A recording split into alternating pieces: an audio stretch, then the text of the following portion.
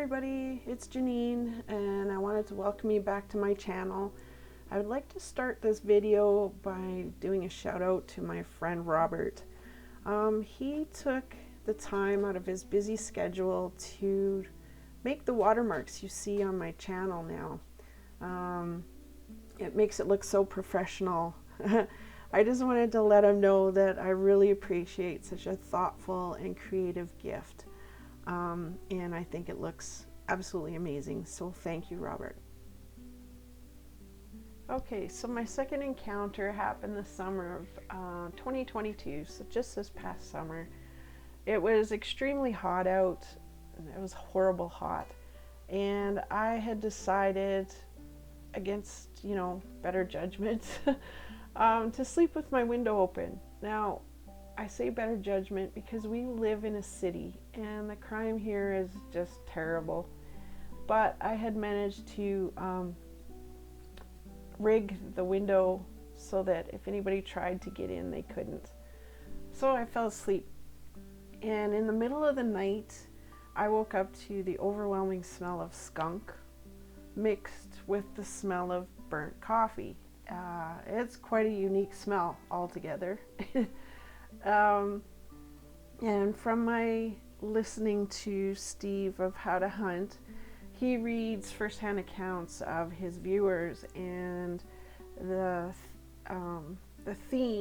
common theme with the stories is the horrible smell that accompanies most Sabe encounters.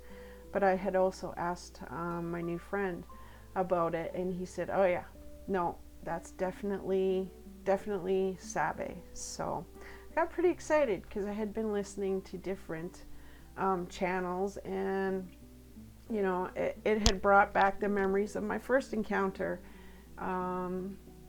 understanding that it was a first encounter. So I got pretty excited about it. And then I had this overwhelming need in the fall, after everybody's taken their kids back to school and are busy working, to go on this one hike that we hadn't been on in a while. So I got Gabe ready and we went on this hike. It was a beautiful day, it was fall and the leaves are falling and the temperatures are just right for hiking.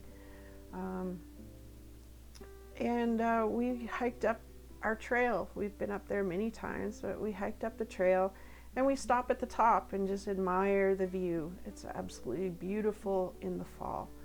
It overlooks the city. And usually we carry on because it's a 4K hike. Usually we carry on, but the park had closed down part of the trail due to some water issues. Anyway, so we turned around and we went back down the trail.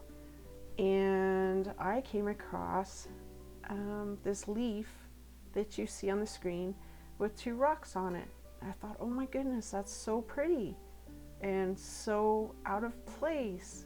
Like, as you can see from the background, it's all just this gravel, and this is sitting right in the middle of our path. And I took one look at it and I felt right away that that was a gift from the Sabe people. The big rock representing myself and the little rock representing my son. And I got emotional. I took a picture of it. Unfortunately, I didn't pick it up and keep it because I had been listening to, different channels, and one of them, actually a couple of them, had said, "Oh no, don't pick up anything that the Sabe leave you because they'll give you radiation poisoning or whatever," right? And I fell for it. I understand now that's not the case, and I regret not having picked these rocks up and keeping them. Now that blue rock that you see is not, it doesn't fit into the surrounding. It is actually from the river that is 3 kilometers south of where we were. So it really jumped out at me. I treasure this amazing gift from the Sabe people. It's a message, and in my next video I will go into detail of what this message is, because it's actually a message in layers. And the first thing you see is the leaf. Now the leaf wasn't anything like any of the other leaves. Like, this looks like it was pulled out of the mud, and the rocks are not, or the one rock is not from the area. So it was very obvious that it had been placed there, lovingly placed there, I will add. I feel a lot of love from this picture, and I'm glad I took a picture of it. I have it on my phone as my screensaver, and I've also taped it onto the outside, onto my window, so that the Sabe can see that I treasure it. I treasure it. So I thought I would share that with you. Also, that day, just to confirm that that was a gift from them. It wasn't that day, sorry, it was that night in the evening. You know, the sun had set, and Gabe and I are just carrying her about the house, and I heard a ping off a window. Okay, this is one of the characteristics that Sabe will do, is they will just ping something off of your window. Only it didn't happen once, it happened twice, and 2 separate windows in our house. So it was a confirmation to me that this gift was from them, and they just wanted to confirm that. Yeah, so I wanted to share that with you. In my next video, I will go into the layers of this message that they left us. So I just want to share one more thing before I end this video, so just give me a second. Okay, thank you for bearing with me there. I'm doing this video a little bit different, and I'm doing the audio in segments, not like my last video, which I tried to do all at once, and I redid it like 10 times. This time I'm doing little segments so that I don't have to do the entire thing over and over again, just little bits of it. I'll get there, I'll master this. It's just a total learning curve for me. Anyways, I wanted to talk about rock throwing. So a lot of the people that have encounters with the Sabe complain about, you know, having these rocks thrown at them while they're out in nature. And this one individual has a channel, and he's a hunter. And while he's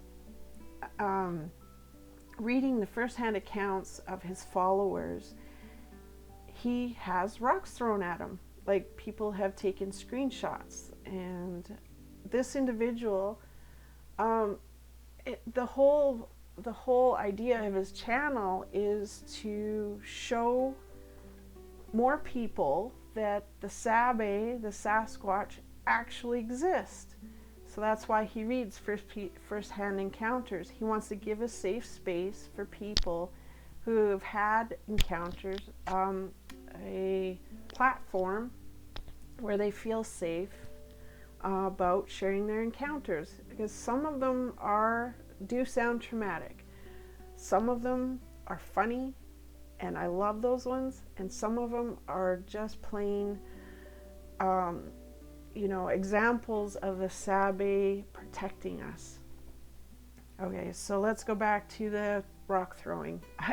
I get off on different thoughts. Rock throwing.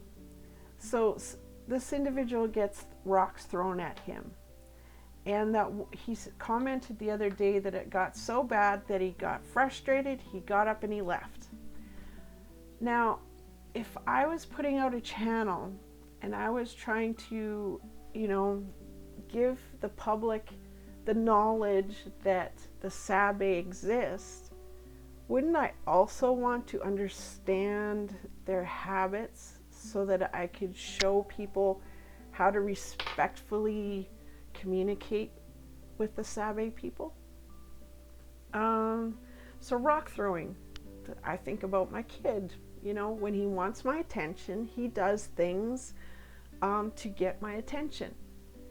Now, if I have a channel where I'm trying to share information about the Sabe people, don't you think that they're trying to get my attention through rock throwing so that I acknowledge them, get to know them, understand them, and learn how to respect them so that I can show others how to do the same thing? It's just something that is really on my heart right now.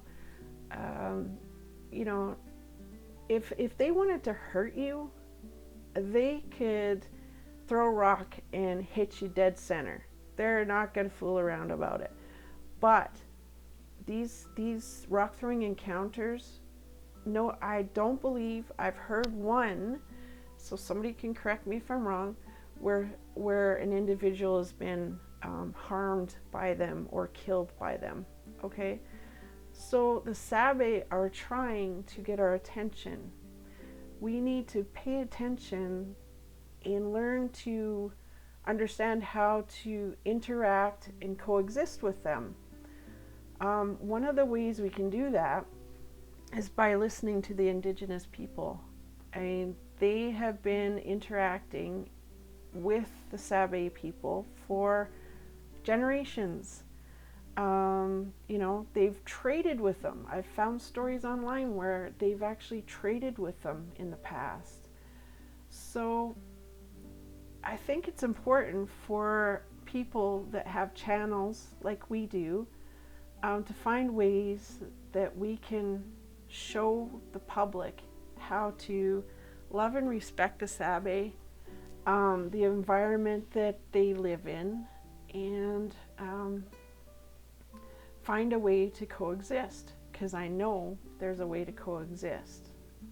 So the goal of my channel is to gather as much information as I can on how to offer an offering to nature. Let the Sabe people know that we're not there to harm them. We'd like to coexist. We'd like just a little time to take what we need to feed our families, but have the respect not to take more, but also to thank them for sharing their beautiful home with us, because that is their home. So that is my goal on this channel, just to find ways.